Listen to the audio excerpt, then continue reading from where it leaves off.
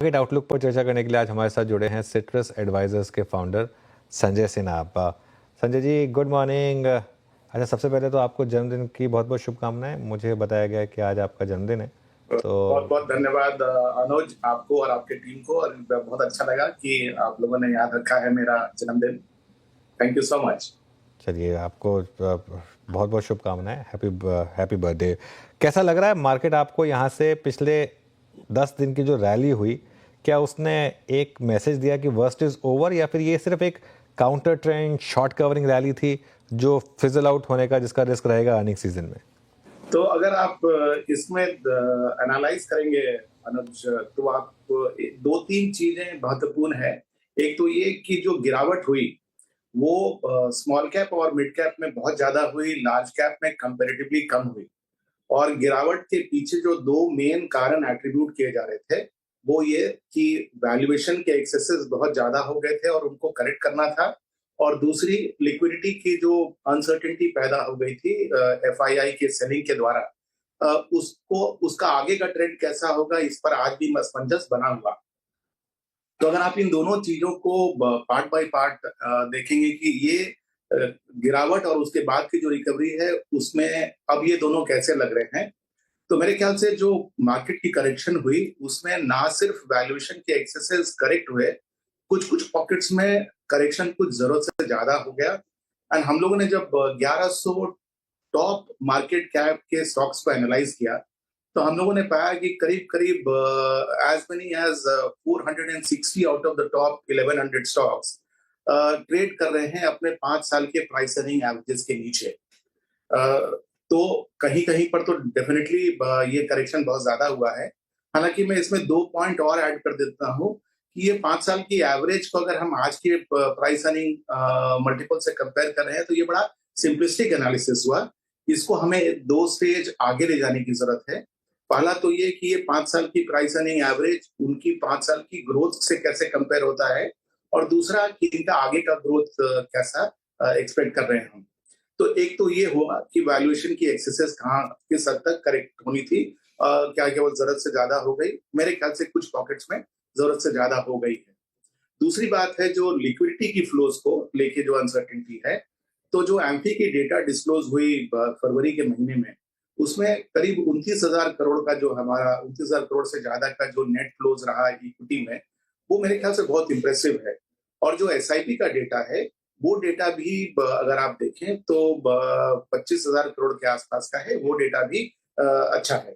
तो अब हो क्या रहा है कि फॉरेन इंस्टीट्यूशनल इन्वेस्टर की बाइंग शुरू हो गई है पिछले कुछ दिनों से।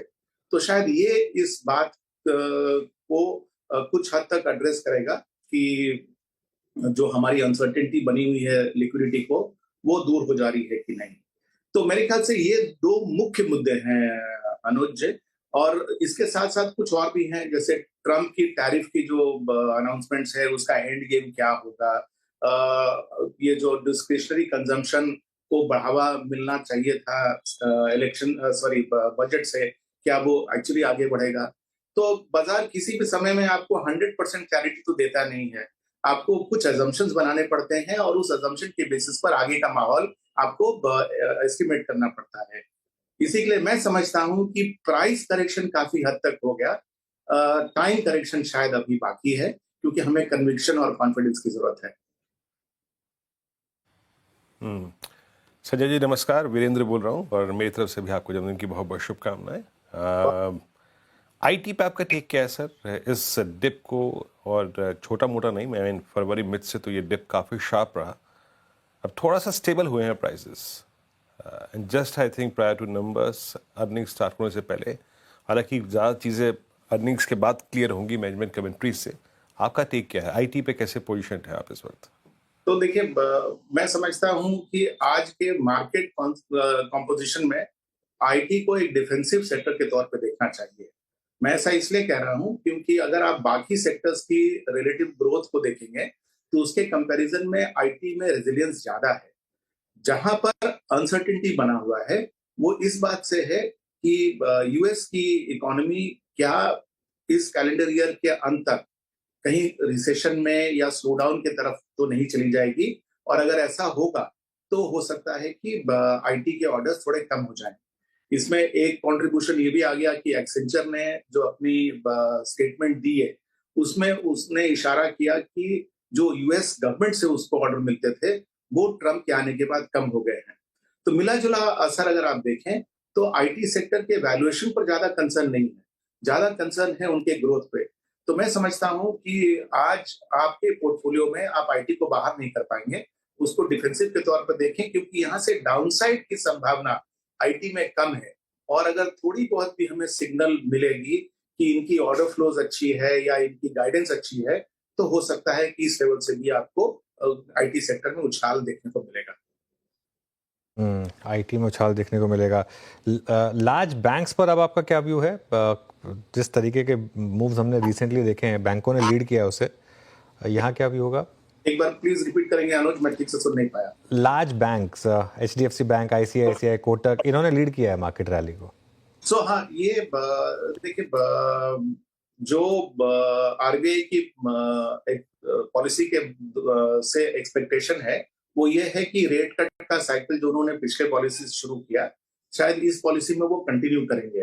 तो जैसा आप सब लोग जान गए हैं कि जब reserve bank of India rate काटती है, तो लेंडिंग रेट्स पहले कम हो जाते हैं, बोरोइंग रेट्स जो है वो बाद में रिवाइज होते हैं, और इसके कारण नेट इंटरेस्ट मार्जिन पर असर पड़ता है। लेकिन इसका काउंटर बैलेंसिंग फैक्टर जो है वो है क्रेडिट ग्रोथ का, और जिस तरह से इकोनॉमिक रिवाइवल होने की आसार दिख रहे हैं बाय वेरियस पैरामीटर्स, सो मुझे लगता है कि नेट इंटरेस्ट इनकम जो है वो बैंकिंग सेक्टर का अच्छा रहेगा। एंड ये सेक्टर भले अपने नेट इंटरेस्ट मार्जिन पर प्रेशर देखेगा, बट नेट इंटरेस्ट इनकम जो है वो तभी स्ट्रांग रहेगी, and it will be probably one of the out performing sectors of the market with a 12-month horizon। अच्छा संजय जी, कुछ सर्टेन कमोडिटीज पे या फिर जिस पे आपका ट्रस्ट हो, जहाँ पे आप स्विंग को खेलना चाहते हो, whether it's metals, ferrous, non ferrous, then chemicals, कल यूबीएस की सीमेंट पे काफी स्ट्रॉन्ग रिपोर्ट थी, यहाँ पे आपका व्यू क्या है? ख्याल से देखिए, चाइना की रिवाइवल लग रहा है कि बात काफी एंड्योरिंग है, और हमने कुछ असर तो ऑलरेडी स्टील प्राइसेस पर देखे हैं इंडिया में। साथ ही साथ सरकार कुछ कदम भी उठा रही है डोमेस्टिक इंडस्ट्रीज को डंपिंग से प्रोटेक्ट करने के लिए। मेरे ख्याल से जो ओवरऑल माहौल बन गया है वो फेरस मेटल्स के लिए काफी अच्छा बना है, और साथ ही साथ जो कैपेसिटी एक्सपेंशन अलग अलग कंपनीज कर रही हैं, कुछ तो एनहांस कैपेसिटी फाइनेंशियल ईयर 26 में ही हमको देखने को मिल जाएगी। तो ये मेरे ख्याल से दोनों फेरस और नॉन फेरस के बीच में मुझे ये ज्यादा अट्रैक्टिव लग रहा है। साथ ही साथ मैं ऐसा नहीं कह रहा कि नॉन फेरस अट्रैक्टिव नहीं है। एल्यूमिनियम और कॉपर की प्राइसेस जो हैं, खास करके कॉपर के प्राइसेस काफी हार्ड हो गए हैं, और जिस तरह की क्लीन एनर्जी की तरफ पूरे वर्ल्ड का झुकाव है, कॉपर की डिमांड काफी ज्यादा बढ़ने की संभावना है। तो ओवरऑल ये दोनों कमोडिटीज मुझे अच्छे लगते हैं, बट मुझे फेरस ज्यादा अच्छा लगता है। ओके अच्छा Sanjay ji, any Contra call, क्योंकि कॉन्ट्रा इस शब्द का इस्तेमाल इसलिए कर रहा हूँ क्योंकि एफएमसीजी ने अभी तक इस पूरे अपस्विंग में पार्टिसिपेट नहीं किया है, स्पेशली आई मीन वही मई जून से जब फाइनली बारिश की शुरुआत होगी, मानसून किस प्रकार का रहेगा उस पर काफ़ी निर्भर करेगा। तो एफएमसीजी पे कोई काउंटर कॉल लिया आपने यहाँ पे, या फिर इस बार की अर्निंग्स में आपको कैसी एक्सपेक्टेशंस नजर आ रही हैं? तो वीरू, मेरा एफएमसीजी पे पुराना ही व्यू रहा है कि जिस तरह की वैल्यूएशन है, उस तरह की ग्रोथ हमें एफएमसीजी कंपनीज में दिखती नहीं है। तो मेरे ख्याल से कुछ इनकी री रेटिंग होने की संभावना बहुत कम है। अर्निंग्स ग्रोथ जो है वो भी बहुत सेंसेशनल हाई टीन्स में होंगी, उसकी भी संभावना नहीं है। तो ना अगर पी ना रीरेट हुआ, और अगर अर्निंग्स में भी बहुत ज्यादा बड़ा इजाफा नहीं हुआ, तो फिर ये स्टॉक्स कैसे ऊपर जाएंगे? एक रेंज बाउंड रहेंगे, ऐसा मेरा मानना है। बट इसके कंपैरिजन में मैं समझता हूँ डिस्क्रिशनरी कंजम्पशन जो है वो अभी भी निग्लेक्टेड है इंडिया में, क्योंकि जो थोड़ा बहुत उछाल हमने देखा पोस्ट बजट, वो तुरंत पीटर आउट हो गया। लेकिन आगे जाके जब डिस्क्रिशनरी कंजम्पशन के हाई फ्रीक्वेंसी डेटा आने शुरू होंगे, तब मेरे ख्याल से इसमें आपको ज्यादा अच्छा ग्रोथ दिखेगा। ओके ये फूड डिलीवरी स्टॉक्स जो हैं जोमेटो स्विगी इन्हें आप बाय कर रहे हैं क्या इन लेवल्स पर? इनमें अब अनुज प्रॉब्लम क्या है कि अब कॉम्पिटिटिव इंटेंसिटी बढ़ गई है और जो इनकम्बेंट है उसको चैलेंज किया जा रहा है by lot of newcomers. और हाल में आपने देखा होगा कि जो एग्जिस्टिंग रिटेल कंपनीज है वो भी अब इन्फ्यूज कर रहे हैं capital into building their own online sales. So मेरे ख्याल से चूंकि कॉम्पिटिटिव इंटेंसिटी बढ़ गई है तो जिस तरह से कॉन्फिडेंस और कन्विक्शन के साथ लोगों ने इन स्टॉक्स को पहले खरीदा था वो कॉन्फिडेंस कुछ हद तक हिलेगा। इसको काउंटर करने के लिए क्या डेटा चाहिए? अगर इनकी क्वार्टरली नंबर्स जो हैं वो अगर हमें ये दिखाएं कि ये अभी भी अपने ग्रोथ को मेंटेन कर रहे हैं और प्रॉफिटेबिलिटी की तरफ बढ़ रहे हैं तो ही ये असमंजस की स्थिति दूर होगी। संजय जी बहुत बहुत शुक्रिया हमारे साथ जुड़ने के लिए and enjoy your day once again thank Thank you.